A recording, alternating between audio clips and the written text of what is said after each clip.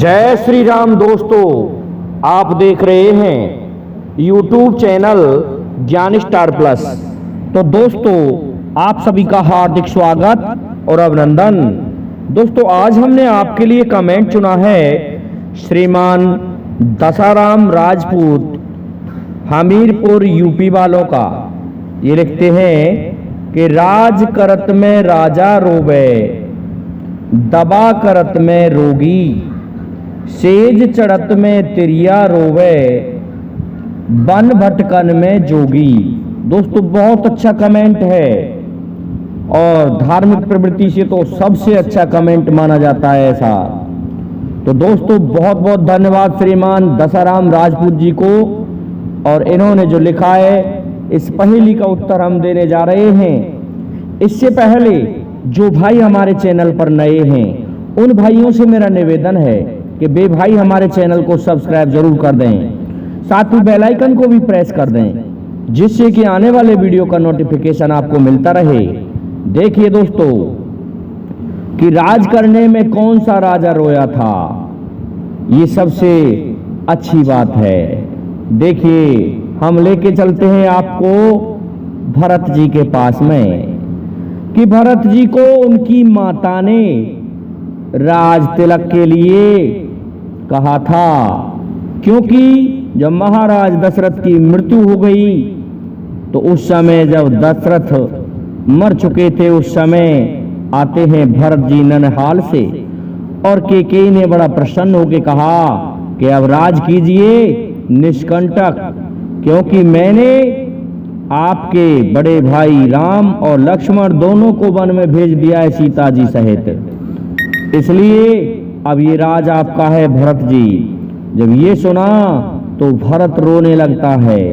देखिए, राज करने में भरत जी रोए थे 14 बरस तक कि मैं कितना पापी हूँ, मैंने श्री राम को, मेरे कारण ही ये दुख मिले हैं, मैं न होता तो भगवान को वन में नहीं जाना पड़ता।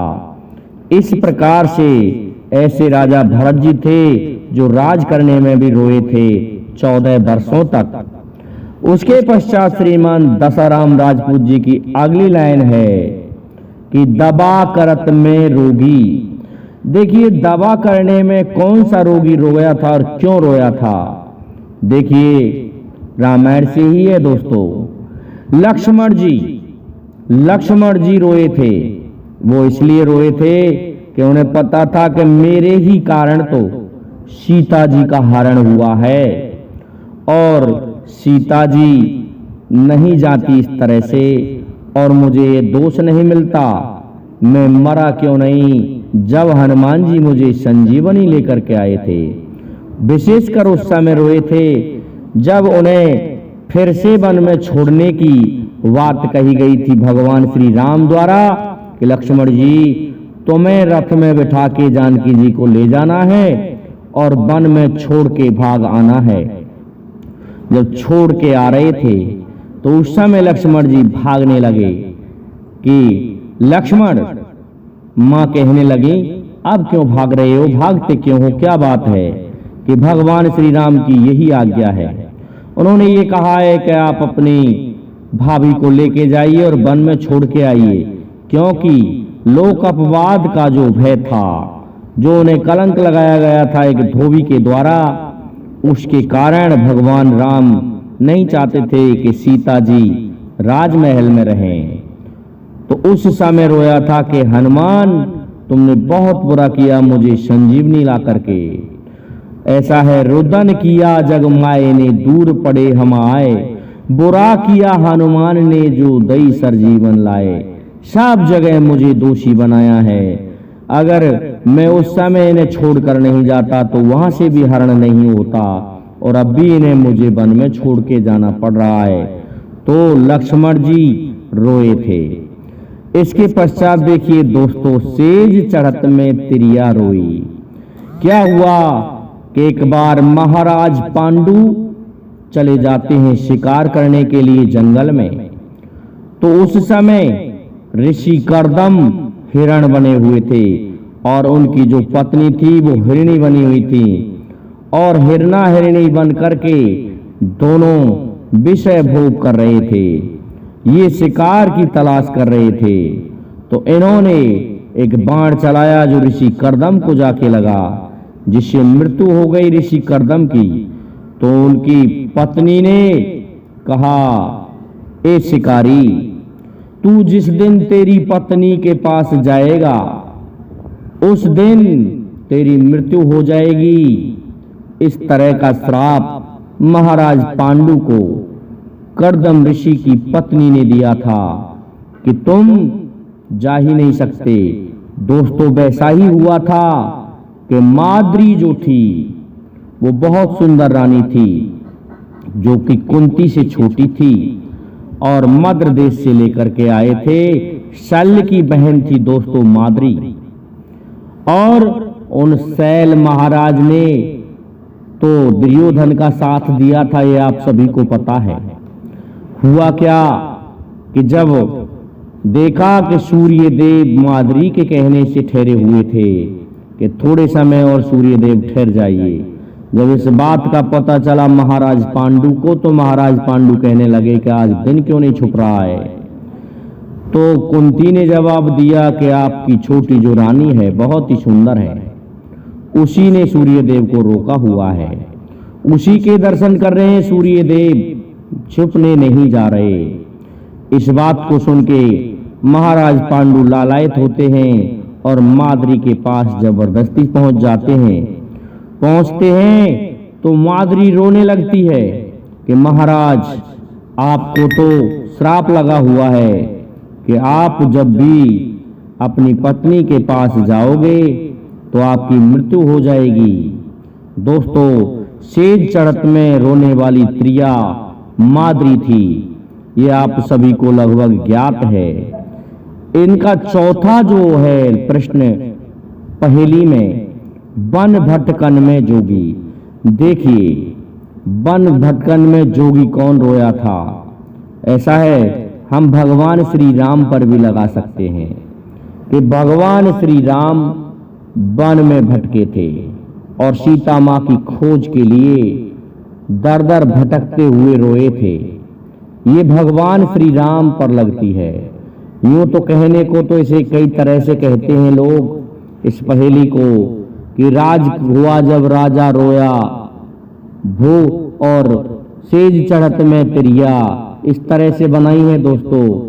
राज भयो जब राजा रोयो, जोग मिलो जब जोगी, सेज चढ़त में तिरिया रोई, कर्म करे ते भोगी। दोस्तों, इस तरह से भी इसको कहा गया है श्रीमान दसाराम राजपूत जी। लेकिन उस जगह ये पहेली का थोड़ा सा भाव बदल के और भगवान राम पे ना लगा करके और भरत पे ना लगा करके हम दूसरी जगह लगाएंगे कि देखिए, भरत राजा थे, वो रोए थे उस समय। राज भया जब राजा रोया, जोग मिला जब जोगी। जोगी थे कौन दोस्तों? जिन्हें आप पता है, भरतरी के भांजे गोपी चंद, उन्हें जब जोग मिला था तो वो रोए थे। कैसा है, अभी से तो मेरी उम्र कुछ भी नहीं है, 11 वर्ष की आयु में माँ तू मुझे जोग दे रही है, ये ठीक बात नहीं है।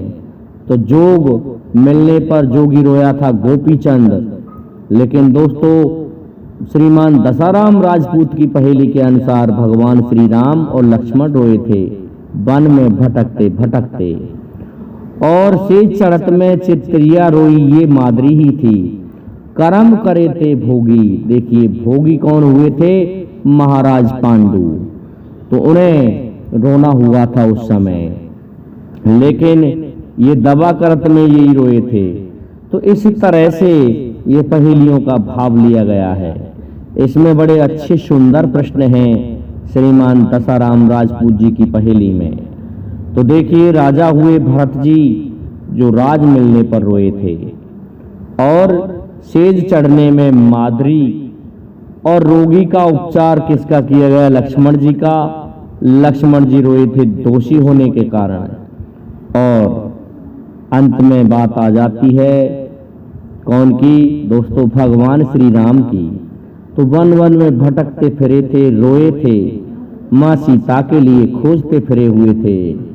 उसके पश्चात भी जब लक्ष्मण जी को शक्ति लगी उस समय और भी ज्यादा रोए थे भगवान श्री राम। तो दोस्तों ये पहेली श्रीमान दसाराम राजपूत जी की यहाँ आकर के लगती है।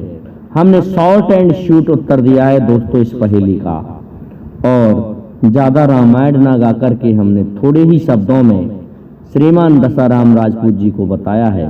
मैं समझता हूं ये इस उत्तर से प्रसन्न हुए होंगे, संतुष्ट हुए होंगे।